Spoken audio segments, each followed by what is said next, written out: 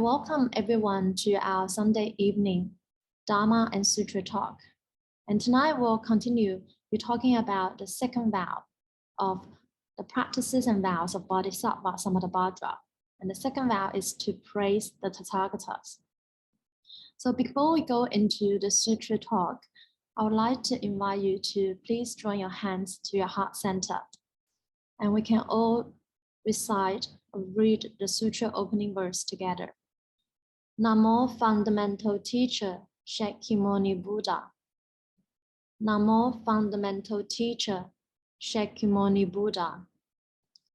Namo Fundamental Teacher, Shakyamuni Buddha. The unsurpassed, profound, subtle, and wondrous Dharma is difficult to encounter in hundreds of millions of kalpas. I now see and hear it. Receive and uphold it. May we understand the true meaning of the Tathagata. Namo Flower Adornment Assembly of Buddhas and Bodhisattvas. Namo Great Practices Bodhisattva Samantabhadra.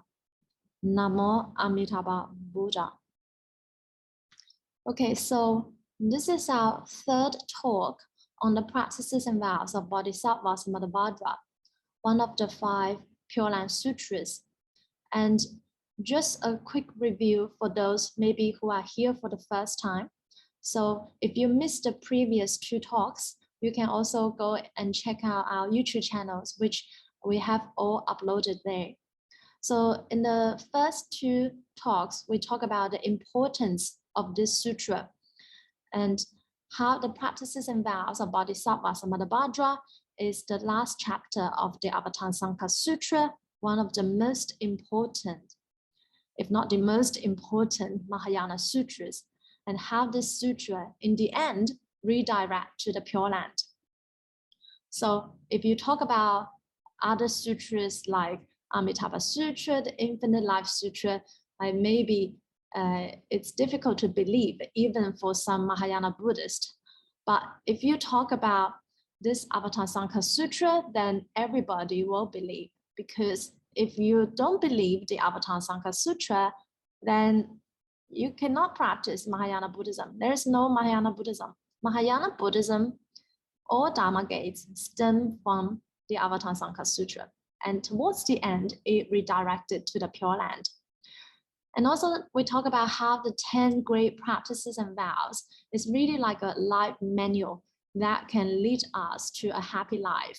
So this 10 great practices and vows and also the Pure Land Dharma is like, it can help us to live a happy life now and also lead to eternal bliss and peace after.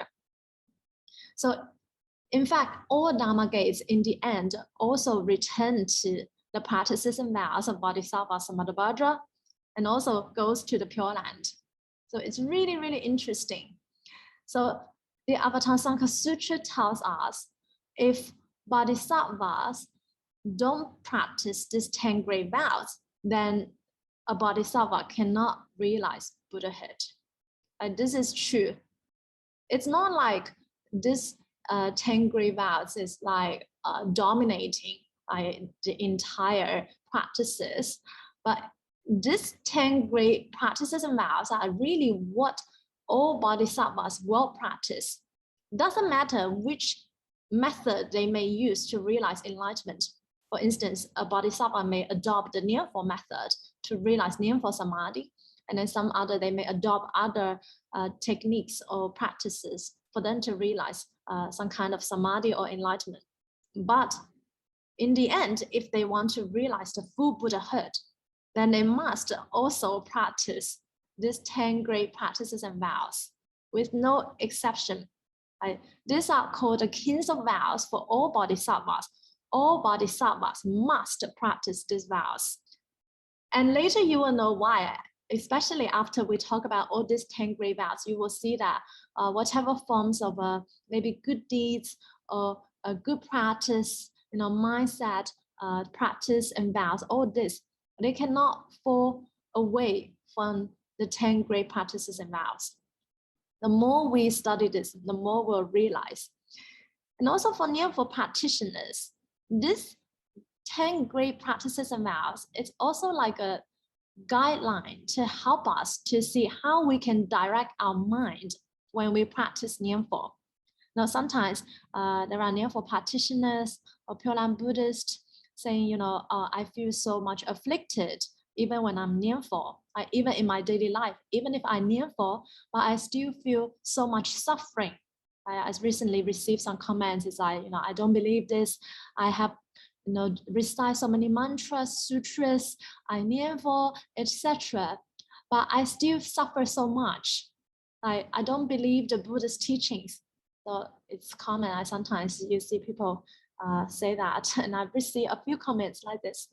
So this is because most likely these people, when they practice Buddhism, they do not really study under the guidance of a proper Dharma teacher. Maybe they heard this somewhere, I don't know, maybe from a video, and then they thought, okay, I just go and maybe practice this method. But what they don't realize is that Buddha Dharma is actually not about the forms. Yes, on the phone, we may recite a lot of sutras, mantras, or Nianfo, whatever. But the essence of the Buddha Dharma is about the heart. The heart in Buddhism is also the mind.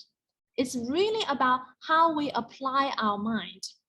So it doesn't count if you're only doing these surface practices.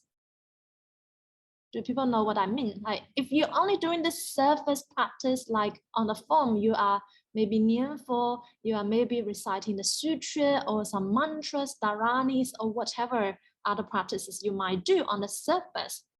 But you don't really know how to direct your mind, how to direct your thoughts in your daily life, how to apply them when you're facing different situations in your life. Then you are actually not practicing properly with your mind or with your heart. Then it's actually not the Buddha Dharma. On the surface, it may look like you are a Buddhist and you're practicing the Buddha Dharma, but you are missing out actually the essence of the Buddha Dharma. It's about the mind, the heart. Like how can we direct our mind in our everyday life to reduce our afflictions, right? Or to maybe not to say eliminate, it's difficult, but like to not let us to be afflicted so much, not to suffer so much. Right? That's the essence of the Buddha Dharma, to cultivate good, to refrain from evil, and to purify one's mind. That is the teaching of all the Buddhas, past, present, and future. So we need to know how to purify our mind and to cultivate good, to refrain from evil. Like all these are important. All this can help us to redirect our mind properly. So we can really apply all these practices in our everyday life. And the Infinite Life Sutra also talks about the beginning of the Infinite Life Sutra, one of the 3 primary Pure Land Sutras. Right? It talks about how all bodhisattvas live their lives with these practices and vows. And also in the Avatamsaka Sutra, remember how Sudana, one of the bodhisattvas, Sudana, he visited all the 53 good teachers, and each of them teach them a method, which method they adopt in order to realize enlightenment. And not only they all teach them one of these methods, the first one is Nianfo, and then the second one is like different method and all this. So all Dharma gates can lead to Buddhahood. But then they also say, I also perfect all this with the practices and vows of Bodhisattva Samantabhadra. So it's really like how Bodhisattvas live their life. Like if you want to know, if we are practicing the Bodhisattva path, what should we do? What should we follow in our everyday life? Apart from us Nianfo, how can we actually Nianfo with our mind, with our heart, and how to direct our actions, our speech, our mind properly in our everyday life? Of course, if you really Nianfo with your heart, I'm talking about those who actually Nianfo with the heart, not just orally. Sometimes we see people, orally, they just maybe say Amitabha, Amitabha out loud, but their mind, the speech, the actions, everything else they do is just like totally against the Buddha's teachings. And then they may have this wishful thinking, you know, oh, it doesn't matter. Amitabha Buddha will save even those who commit the worst evil deeds. So I might just go on and keep committing more evil deeds. Maybe I have not done enough evil yet. Right? So maybe Amitabha and going around, you know, killing or whatever. Just make this up, just as an example. So this will not work, actually. You can go and try, but it will not work. And you will not go to the Pure Land with this kind of mindset unless you are able to take the change of your heart at the time of your death. You really sincerely repent of your evil deeds, although you don't need to say it with your mouth because you may not have the energy at all. But like in your heart, you know that, oh, actually, you know, what I've done was wrong. I should really have not done those things. I should try to do good. And I take refuge in Amitabha Buddha. This has to be sincere. Why people fail to seek rebirth, various reasons, not enough faith or no faith, or not sincere faith. Maybe only faith orally, but in their heart, they don't really believe that. And whatever they do is totally against the Buddha's teaching. And then they also complain, you know, why the Buddhas and Bodhisattvas don't save me. Why I've done this and I still suffer so much. Why there's still so much suffering in this world. You know, I don't want to believe this. This is because we have not really properly followed what the Buddhas told us to do. And if you can follow, you know, even like 10% of these practices and vows, or even just 1%, maybe difficult to follow 10%, 1%, let's say, then you can already live a very happy life, for sure. And you will attain a higher grade of rebirth, for sure. So it's important how we actually direct our body, speech, and mind in our everyday life. And you can find all this from these vows. So it's important that we know why we are studying this and how they can be applied easily, actually, in our everyday life. So the Avatamsaka Sutra and the Buddha Dharma, the Buddha told us that everything is a reflection from our mind. And this mind, I don't just mean like this organ or the brain. It's not, it's much greater than that. When this mind becomes enlightened, it's also Buddha nature. Right? True nature of the heart, true nature of the mind, Buddha nature is actually the same thing. So therefore, because everything is a reflection of our mind, therefore it's really important that we know how to direct our thoughts, our mind, our speech, our actions. So let our mind be a really good tool to help us towards realizing enlightenment and eventually full Buddhahood, but not to be a slave of the mind or any illusion of thoughts. So last sessions, we also talk about the first vow, which means the first vow is to pay homage to all the Buddhas. And we talk about how here all the Buddhas means all the Buddhas on the 10 directions and 3 periods of time, past, present, and future, which include actually all beings, because all unenlightened beings are also potentially future Buddhas, because we all share the same common Buddha nature. So if there is a reason for us to respect anybody, including even people that we maybe really dislike or we think like really evil in the world, there is still actually one commonality we have with them, with all beings. That is our Buddha nature. So it's because of that we should not be in contempt of anybody. We should not look down at anybody. And also, why is this helpful for us in our everyday life? Because a lot of our problems, our afflictions are due to we are in contempt of others, or we think maybe we're superior than others, or we are more right than others. Other people are wrong. And we are very good at picking out the faults in others, you know, why he did that, why she said this, you know, he should not do this, she should not do this, blah, blah, blah, why he treats me like this, blah, blah, blah. So we're very good at complaining about other people's faults, or maybe what other people may say about us, etc. And this can generate a lot of afflictions in our mind. So next time, if you are aware of yourself maybe, oh, again, I am maybe too much picking up the faults on others. And since we are unenlightened beings, so of course, we still have the mind of separation and maybe attachment to maybe what other people have not done right. But next time when this kind of thoughts arise in our mind, I just observe them and just don't let them take over us, and also try to see really the Buddha nature in that person. He is just maybe forgot about his own Buddha nature. So due to ignorance, also like all of us, we all commit mistakes in our life. So we should still try to respect others and to generate compassion for all beings. Of course, not easy to do. By practicing to pay homage to all beings, to maybe not to pay homage, but just to respect. I find it hard. If you find it's still too difficult, at least to respect, I find your speech for all beings. I best if we can do it sincerely. Maybe it's a habit that we actually need to cultivate by moment to moment, day to day. And when we can do this, what it helps us to overcome is our ego. Why we have this ego and we think we're better than others, we think we're more right than others, etc. And also pride.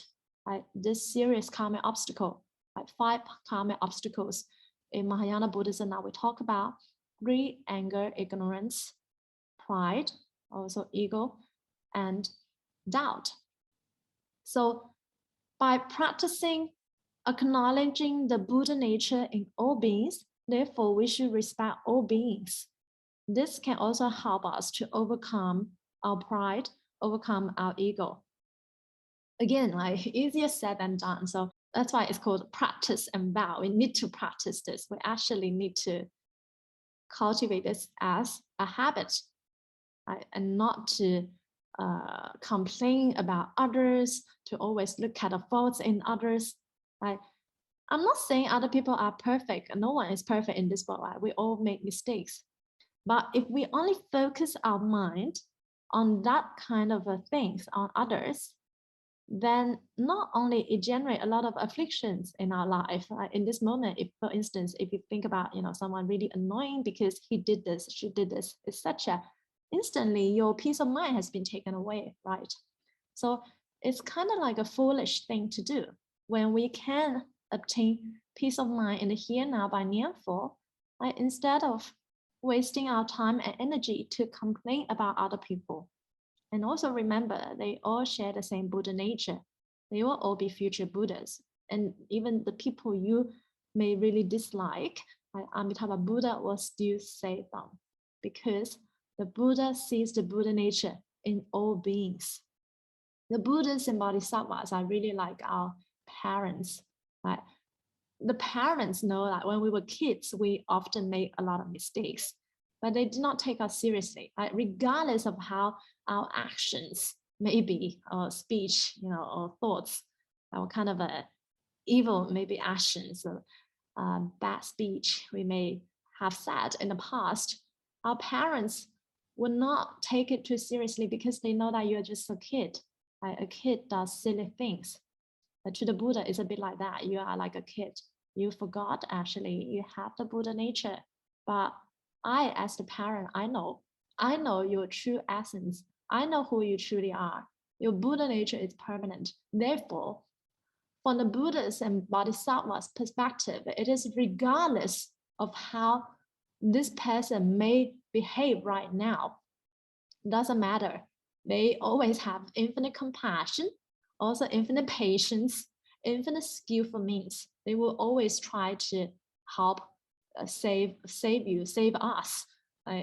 Think about how we actually, maybe all of us here, encounter the Dharma in this lifetime. It's not a coincidence. It's really because of different people that appear in our life, and also maybe different instances, circumstances that brought us to the path of the Dharma. And behind this is also Amitabha Buddha's great vows and Buddha's and Bodhisattvas' guidance always along the way. They are always looking after us, really like our parents. And it's regardless of how foolish, ignorant, stupid, whatever we may behave, in their eyes, doesn't matter, they can always forgive us. That's how Amitabha Buddha can save even those who commit worse deeds, because the Buddha sees the Buddha nature in all of us. Therefore, if we are willing to even just generate a good thought, to take the change of the heart, which means that in that way you can resonate with the Buddha, then you can still seek rebirth to the Pure Land. Of course, saying that, we should not just learn from the worst students. Since we are studying the Bodhisattva path, we should really try to learn from the best. We should try to learn from the Buddhas and Bodhisattvas, try to direct our mind, body, speech, and mind to be more close to the Buddhas and Bodhisattvas. Maybe it's still so far away from the Buddha, but at least to the Bodhisattvas, to look at the practices and vows of Bodhisattva Samantabhadra and try to apply in our everyday life. So remember, our spiritual practice, our Dharma practice, it's not about adjusting others. It's not about pointing out what other people have done wrong. Right? None of these 10 great vows tells us to do that. Right? All this practice, it's all about ourselves. The practice is on yourself. It's on adjusting yourself, on adjusting ourselves, our mind, our body, and speech. It's not about adjusting others. It's not about fixing others. Right? This is important. Why we have, or people have so many afflictions and sufferings nowadays, is because we often want to try to think of how to fix others, fix other people's minds, change their behaviors, etc. Instead, we should really look at how we can fix ourselves first, change our state of mind so we can change our life. You think the world is suffering, it's because you have not purified your mind. You are focusing too much on negativity. You don't know how to direct your mind properly in your everyday life. Therefore, you suffer. You suffer, it's because of you. It's actually not because of the external circumstances so much. Sure, there are a lot of sufferings in the world, but do we need to always focusing on those sufferings? Can we redirect our mind to also focus on the bright side of the things? A comment I received lately is saying, now why the population of the world increasing so much? Because of this, it generates afflictions maybe for this person. And then I also remember reading somewhere people worry about human beings will go extinct, worry about the population will decrease. It's actually not about whether the population will increase and decrease and then generate afflictions in your mind. It's really about your attitude towards it. Why do you focus on that? Why do you like to generate afflictions for yourself so much? Why can't we just, nianfo and then to also look at the bright side of things? Actually, all external circumstances are neutral or emptiness in essence. They are as they are. Right? It really depends on our perceptions, our interpretations, how we look at things. That really determines our state of mind, our mood in the moment, in the here now, the happiness in the here now. So all these 10 great practices and vows are great guideline to help us to apply our body, speech, and mind properly in our everyday life. And after we study all of this, or even just one or two of this in your everyday life, you can look at this and see, oh, have I, maybe look down at somebody or maybe mock at other people today? That also actually made me feel not so good, etc. So we can actually go through this and see our behaviors today. Have we actually followed this guideline or not? If not, maybe we can do better next time in the future. So today we're going to talk about the second vow, to praise the Tathagatas.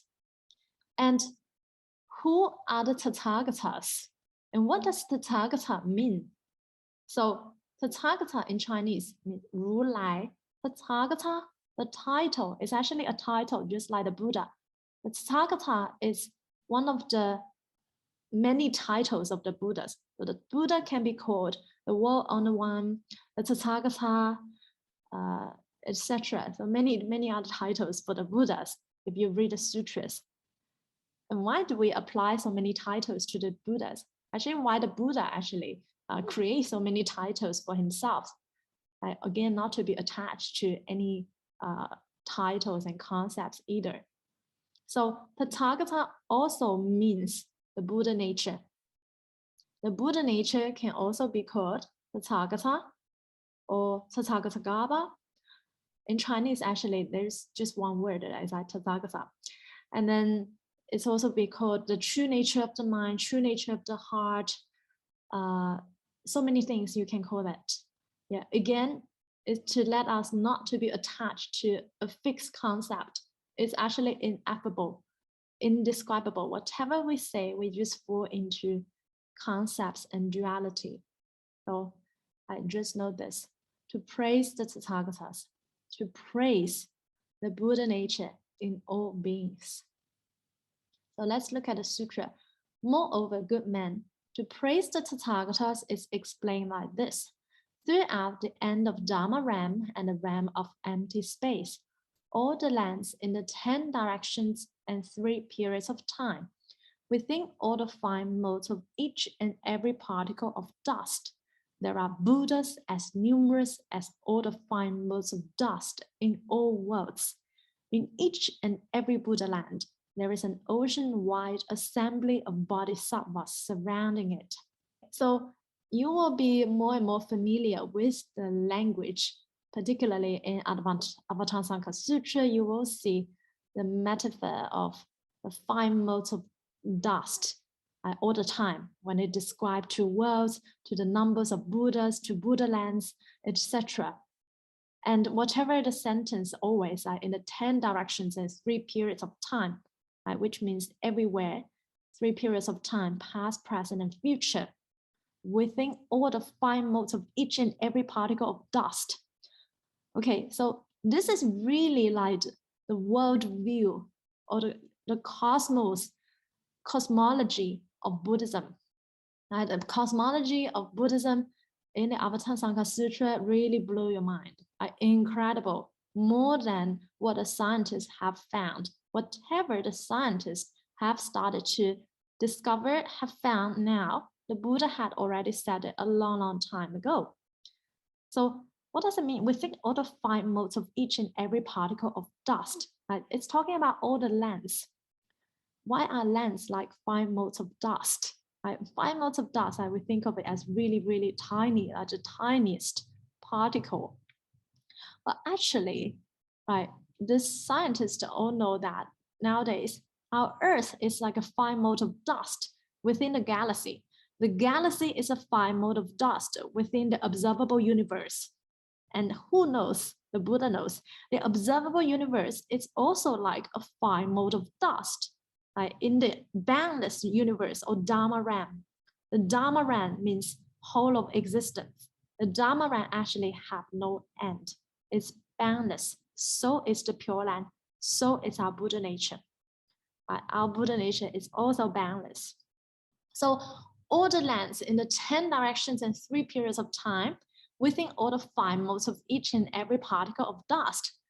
We can think of this as maybe like one world within all the 5 modes of each and every particle of dust. Maybe every particle of dust is like a cluster of world systems. And there are Buddhas as numerous as all the 5 modes of dust in all worlds. So within all this world, when we talk about Buddha land, there are also Buddhas as numerous as all the 5 modes of dust. All of them are teaching the Dharma. So how many Buddha lands there are? Actually also infinite. Each Buddha has a Buddha land. So not only Amitabha Buddha has the Pure Land, so is Shakyamuni Buddha, so is the Medicine Buddha, so are all the Buddhas. And how many Buddhas there are in the entire Dharma realm? As we see, numerous as all the 5 modes of dust in all worlds, infinite. So this is really like the world view of the Avatamsaka Sutra. And what's the benefit of reading this kind of sutra, reading Mahayana sutras, really explode my mind. I explode at least my mind, but explode, I hope maybe all of your minds as well. It really helps us to expand our heart infinitely. So we no longer be bothered by whatever petty things that we may be concerned about today, maybe what happened at breakfast, etc., with someone else. No, don't worry about that. Look at the kind of a world view that we are talking about here in the Dharma realm, in the 10 directions, 3 periods of time, past, present, and future. So the inconceivable state of the Buddha really transcends time and space. When you are at the level of the Buddha, or don't even need to wait to that, when you go to the Pure Land, then your life really upgrade a billion fold times billion times. You will no longer be confined by time and space.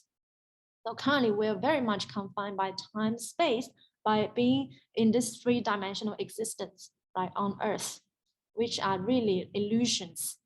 When you study the Mahayana Sutras, you will start to sort of entering into the life of the highly enlightened beings, the Buddhas and Bodhisattvas, and you will see like it's really inconceivable, really difficult for us to actually imagine, given our very, very extremely limited, narrow-minded perceptions of the world and about the truth of life and the universe. We don't know actually, but the Buddha knows already. The Buddha did not need to use any telescope. He knew that the galaxy, the earth, whatever, it's like a fine mote of dust. Not only that, even the whole of the observable universe, that is also like a fine mote of dust. It's like nothing, absolutely nothing. The Buddha can see all worlds clearly, know everything past, present, and future. It's not a joke. And how do I know that? Because I study Mahayana Sutras. If you go and study the sutras, you will start to understand better the state of the Buddha. But again, we cannot truly understand the state of the Buddhas until we are also Buddhas. Now we just sort of get a glimpse of that and know why Buddhahood is worth absolutely everything to pursue in our life. If there is anything that's worth pursuing in our life, and more than anything else, it would definitely be this. It would really be enlightenment and full Buddhahood. Not a gold medal from the Olympics. I mean, rejoice in the merit for those who also want a gold medal, but and also maybe the most wealth thing, whatever. People go crazy about this. I tell you, when you are a Buddha, you are the richest person in the entire Dharma realm. Come on, you're not just say if you're the richest person on earth, maybe Elon Musk. So what? We are gonna be the richest people in the entire Dharma realm, richest being in the entire Dharma realm after you see rebirth to Amitabha Buddha's Pure Land. That's why we must study the Mahayana Sutras, so we actually know better what we are in for and know why we must go to the Pure Land, why we must not be attached to whatsoever here in the Saha world, which are just impermanent in essence. Whatever so-called achievements or whatever people assets or people have in this world, just remember impermanence, that you know that there is really absolutely nothing to be attached.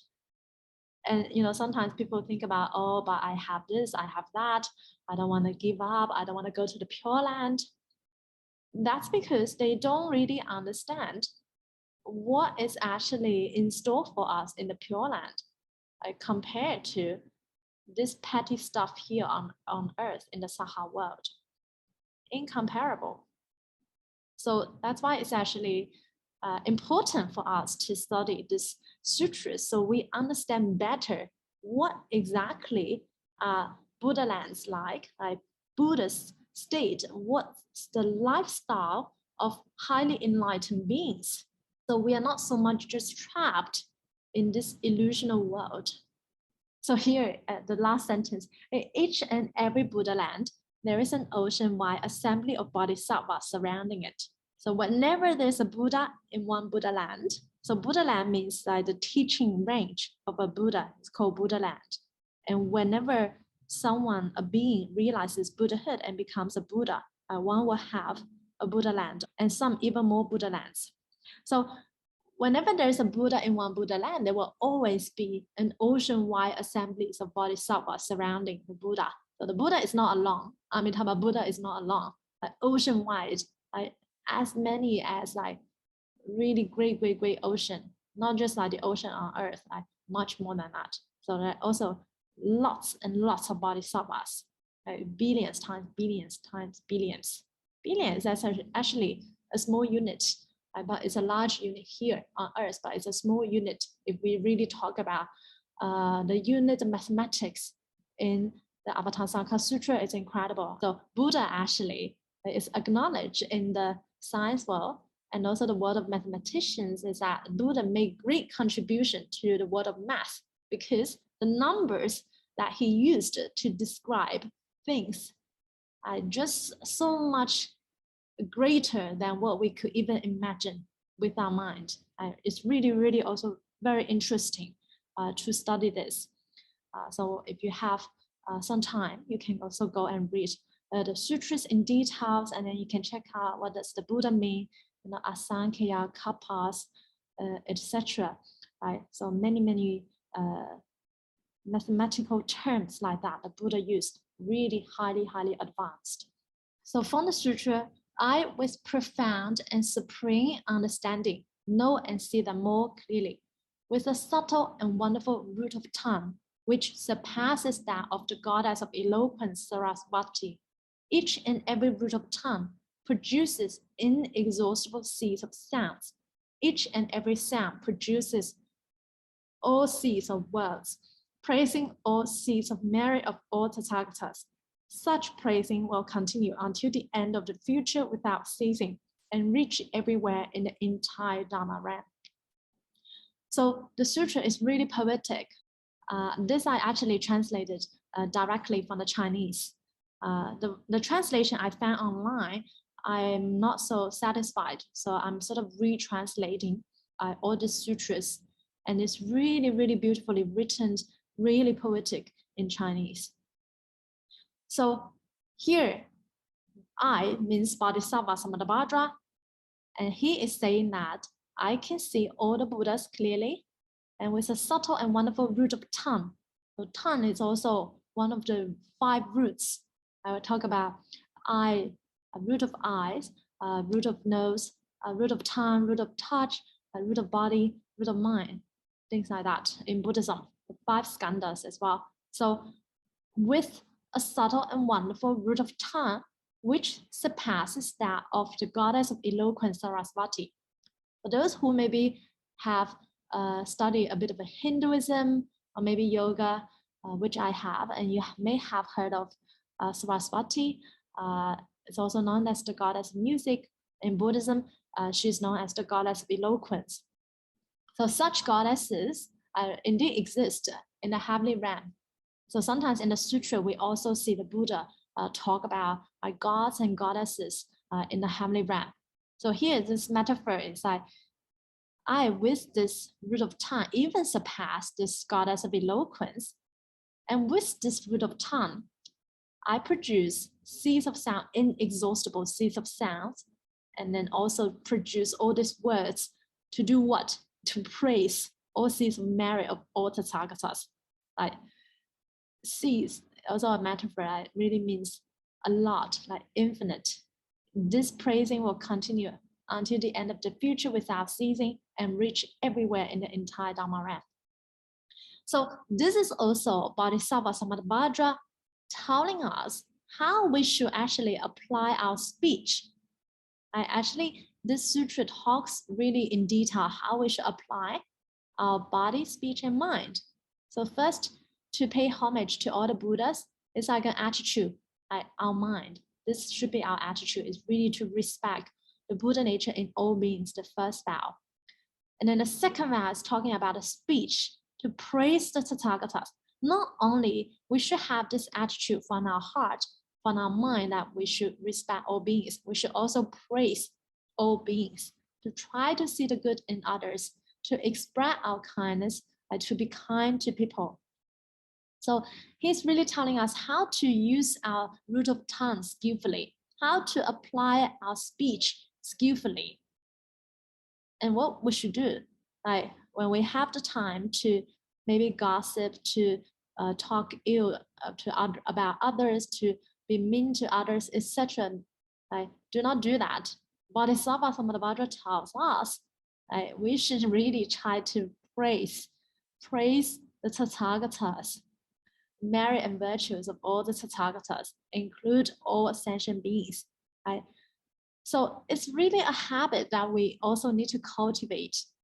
It's of course easier said than done, because we may have this habitual tendency to also maybe criticize other people, to again look at the fault in others, to enter into arguments with others, etc. Like all this can really again generate a lot of afflictions in our everyday life.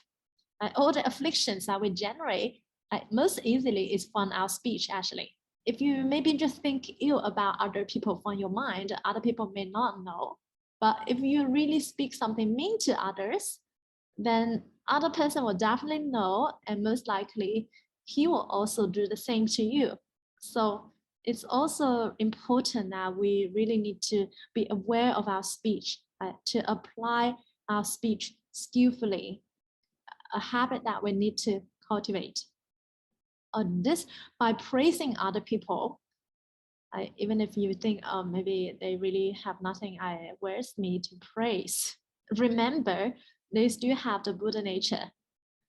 By praising others can also help to awaken virtues in others. It's also like children. Children really like to have encouragement, like when we praise them, and then they feel good, and then they will maybe do even better next time. So it is a little bit like that. So for an awakened heart, awakened mind, the heart of awakening is really about kindness, compassion, positivity, more understanding. If you say you Nianfo and then you become, even more afflicted than before, then you Nianfo and you become even more angry with others than before. If you Nianfo, you become, even more in contempt of others, or you do not understand why other people do this, etc. That means you have not really Nianfo with the heart of awakening. You have not really know how to direct your mind, your speech, and your actions. So it's also important that we actually study this and cultivate this habit in our everyday life. So what's the difference between us, ordinary enlightened beings, and the Buddhas and Bodhisattvas is that they know how to direct their body, speech, and mind. By the way, to be enlightened doesn't mean that you don't have any other thoughts. It's not like that. Some people think, oh, when you become enlightened, then you just sort of enter into the emptiness of nothingness, when you will not give rise to any thought, etc. It's not like that. If Buddhas and Bodhisattvas don't have any thoughts, how can they actually go around and save all sentient beings? It's not like that. It's not like they become like a wood or stone and then do nothing. It's not like that. But they know how to direct their body, speech, and mind completely aligned to just this awakened state. What's the awakened state? It's also to be compassionate to all beings, to be kind, and to focus on positivity rather than negativity. Of course, this is also a way of convenience. Whatever I say here, to the Buddhas, they will no longer also be sort of identified with this either. They just perceive everything as it is, but still, it's not like they just see everything just like neutral, but then they don't go around and saving others. It's not like that. They will still perform all the good deeds, but again, they're not attached to the so-called good deeds either. So whatever we say here is also a way of understanding to help us understand and also try to redirect our body, speech, and mind towards awakening.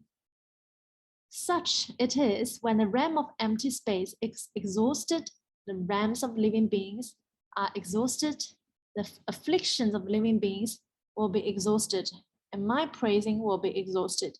But just as the realm of empty space, up to and including all living beings, afflictions are inexhaustible, so too my praising is endless, thought after thought without ceasing. The karma of my body, speech, and mind will never weary of these deeds. Again, Bodhisattva Samantabhadra really tells us to him, his praising is endless. This applied the same. This is a common paragraph for all the 10 great vows. We'll see later.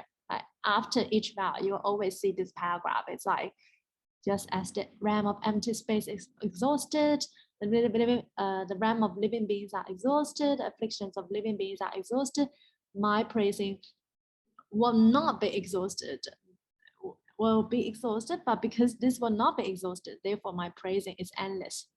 So you will always see this, maybe wording a little bit, maybe the wording can be a little bit different towards the end of each paragraph, but it's always like that.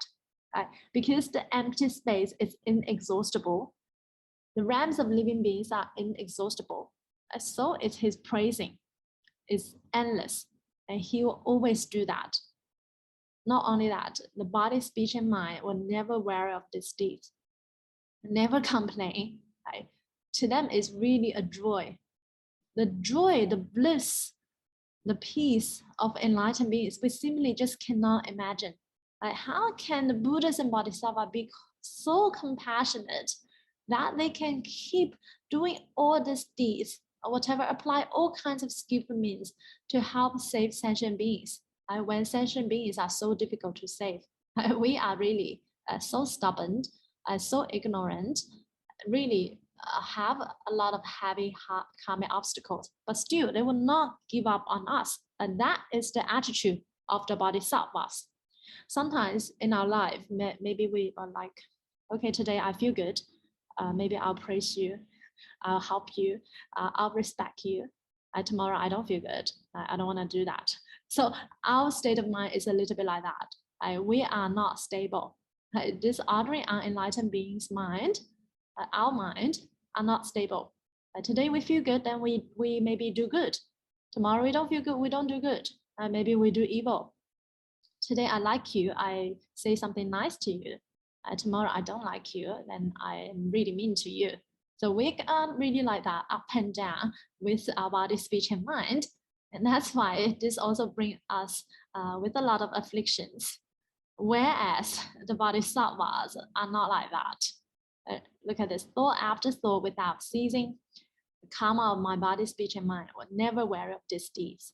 It doesn't matter how difficult it is to save sentient beings, because sentient beings with heavy karmic obstacles will just not believe in the words of the Buddhas. It's not like the Buddhas and Bodhisattvas don't save them.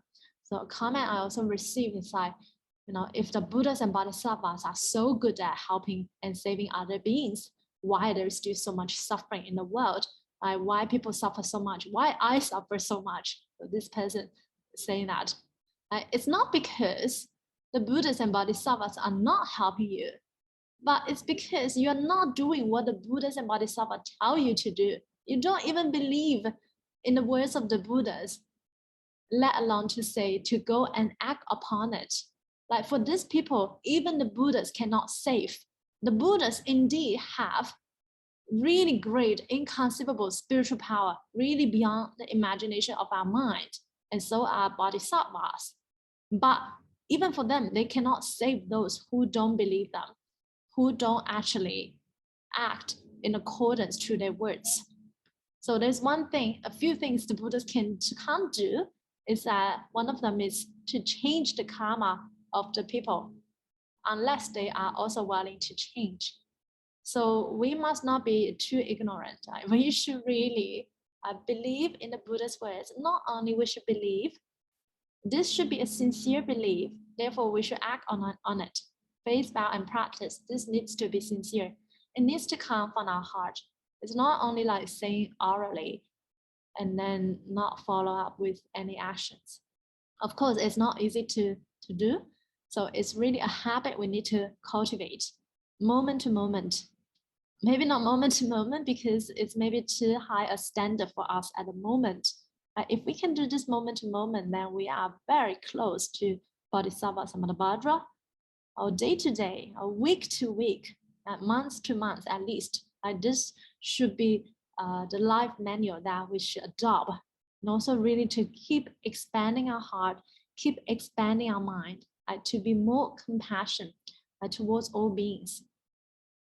So because all beings have the Buddha nature, just remember, if there is any reason, I sometimes would say, there is no way I want to be nice to this person, blah, blah, blah. Just remember this vow.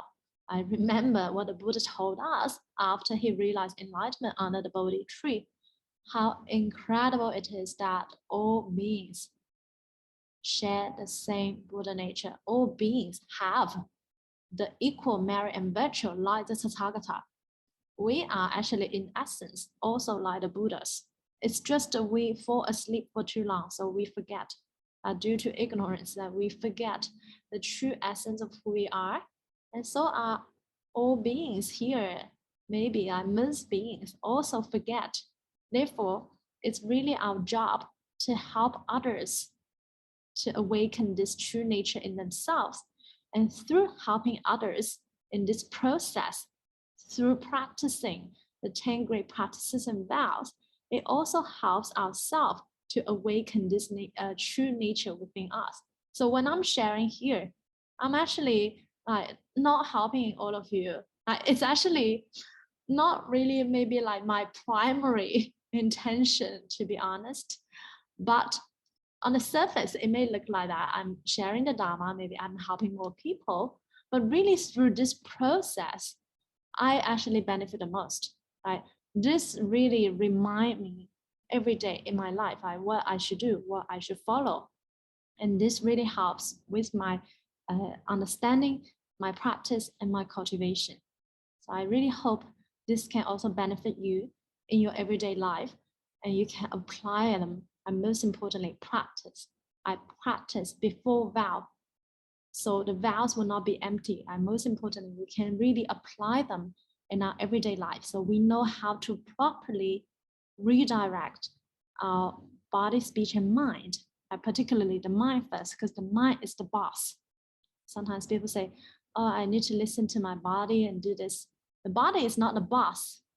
Particularly, maybe some people practice, I don't know, some other kinds of practice, they would maybe misunderstand and think the body is the boss. The body is not your boss.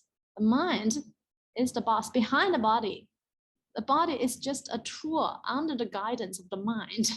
So do not get it wrong. And most importantly is that how we can redirect our mind, redirect our thoughts properly, so we can attain peace of mind in the here now.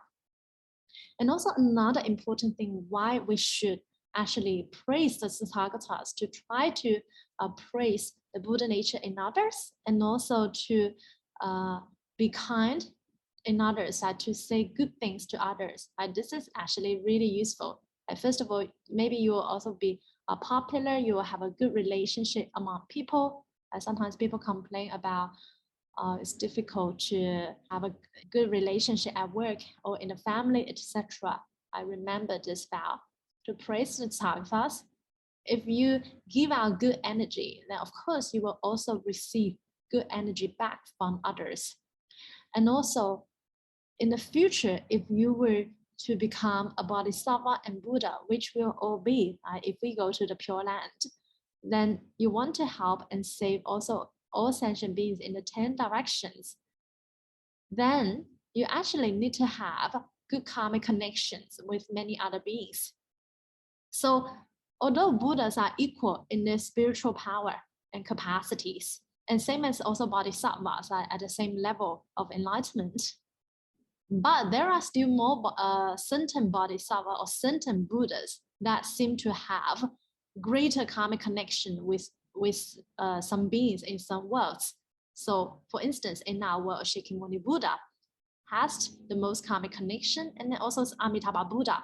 right? Although there is also medicine Buddha, there's also other Buddhas, but mostly we talk about Amitabha Buddha, we talk about Shakyamuni Buddha, and for Bodhisattva, we talk about Guan Yin, we talk about Manjushri, we talk about Samantabhadra. All these are also because these Buddhas and Bodhisattvas, they have greater karmic connection with beings in the world, in the Saha world. It's not like medicine Buddha is not good enough or other Buddhas are not good enough. It's just also due to from their past lives in the causal ground. So causal ground means that when they were maybe bodhisattvas or ordinary being before they realized Buddhahood, the cause and effect, like cause and fruit. So on the causal ground, when they were practicing the bodhisattva path, it also depends on how many good karmic connections they have established with the beings from the past. And then once they realize Buddhahood, those beings that they have good karmic connection with, then they will have the ability to help them, to save them. And this is also the same like what we see in our world with some Dharma masters. It's like all Dharma masters are good, right? A lot of Dharma masters are good, but then we see a few others, certain Dharma masters, they seem to have maybe the most influence, most followers, etc., like almost disciples, also due to in the past they have generated good karmic connections with these beings. So it's not a coincidence. And maybe his Dharma talks are not the best. And maybe there are other Dharma masters, maybe knows more about the Dharma, but he seems to have this widest maybe following is also due to the karmic connection, the good karma he had generated with those beings from the past. So nothing is a coincidence. So that's why it's also important for us to establish good karmic connection with others. And how to do that? Bodhisattva Samantabhadra told us to pay homage to all the Buddhas, to praise the Tathagatas, to respect all beings, and also to see the good in others, to praise the good in others. Okay, so that completes the talk on the second vow for tonight. Thank you, everyone, and rejoice in your merit for attending the Dharma talk. I really praise all of your merit for doing that on a Sunday evening. Thank you, Amitofo. Okay, so what is deeds here? Are they based on sense of good and bad? Okay, a question. Are you talking about the sutra, right? These deeds, the karma of my body, speech, and mind. So these deeds refer to the praise, the tathagatas, the 10 great practices and vows. I refer to this. Yes, thank you. And I also encourage more people to join our daily Nianfo sessions. It will be really beneficial. Once we study this vow and also your Nianfo, and then you also apply your mind, the mind of Nianfo, to these vows are really powerful. And trust me, you will definitely reduce a lot of your afflictions in your life. Like this, I have found on myself, on my daily life. I filter my thoughts and speech and mind actions with these vows as a guideline, and then see where maybe I've done well or not done well, and then to try to improve better. This will really help. Okay, thank you, everyone. Amitabha.